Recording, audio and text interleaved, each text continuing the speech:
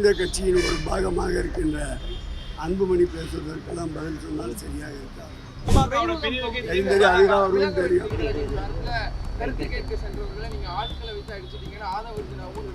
அவர் சொல்றதை நீ அப்படியே பேசக்கூடாது.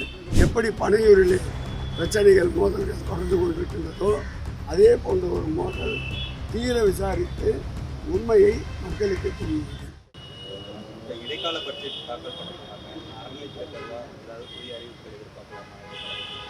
எதிர்கட்சியினர் அரண்டு போகின்ற அளவிற்கு அறிவிப்புகள் நிறைய இடம்பெறும்.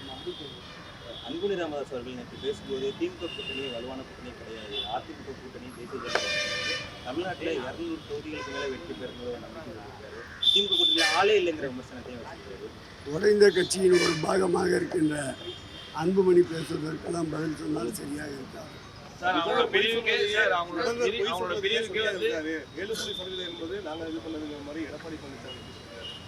எடப்பாடி பழனிசாமி ஹரிச்சந்திரனுக்கு அடுத்த வீட்டில் கூறியிருந்தார்.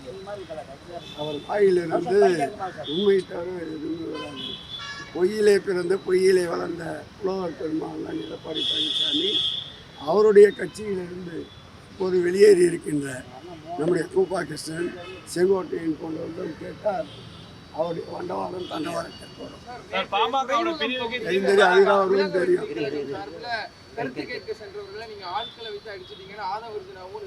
அவர் சொல்றதை நீ அப்படியே பேசக்கூடாது. என்ன நடந்த பப்ளிக்கும் தாவக்காக தான் சண்டை.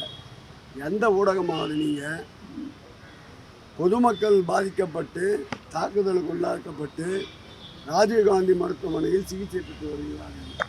அதை குறித்து யாராவது பேட்டி போட்டிருக்கலாம்? வெறும் அவர்கள் சொன்னதையே பதிவு செய்கிறீர்கள். உண்மை நிலையை களத்திற்கு சென்று விசாரியுங்கள். அதே போன்று பாதிக்கப்பட்டு ராஜீவ்காந்தி மருத்துவமனையில் அனுமதிக்கப்பட்டிருப்பவர்கள் யார் என்பதை விசாரியுங்கள்.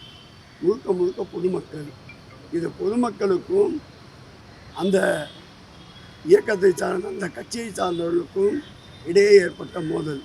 எப்படி பனையூரிலே பிரச்சனைகள் மோதல்கள் தொடர்ந்து கொண்டிருக்கின்றதோ அதே போன்ற ஒரு மோதல் தீர விசாரித்து உண்மையை மக்களுக்கு தெரிவிக்கிறது. குறிப்பாக சென்னையில் வர சட்டப்பேரவை தேர்தலில் எல்லா கட்சியுமே சென்னையில் வெற்றி பெறுவதற்கு மூலமாக இருக்காங்க.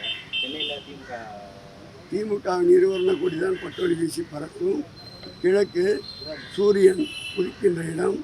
ஆகவே சூரியனை சின்னமாக கொண்டிருக்கின்ற இந்த இயக்கம்தான் சுடரொளி வீசி பறக்கும்.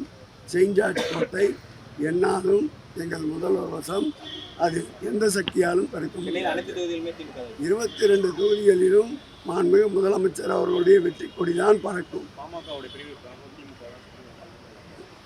ஏங்க அப்பாவே ஒழுங்காக வச்சுக்க தெரியல, அவர் ஒரு கட்சி வேறு வச்சிட்ருக்காரு.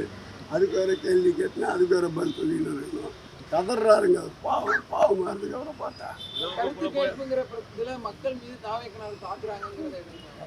இல்லை, நீங்கள் போய் உண்மையை விசாரிங்க.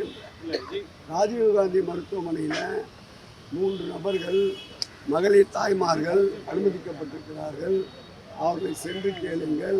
அவர்கள் கட்சியை சார்ந்தவர்களா பொதுமக்களா? அவர்களும் வந்தவர்கள் என்ன பேசினார்கள்? வந்தவர்கள் அந்த பகுதியை சார்ந்தவர்களா?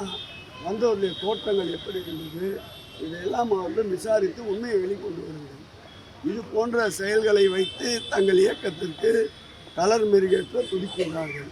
அதற்கு நாமும் சேர்ந்து விளம்பரத்துக்கு தயாராக இல்லை. உண்மையை அறிந்து நீங்கள் அதை ஊடகத்திலே வெளிக்கொண்டு வாருங்கள்.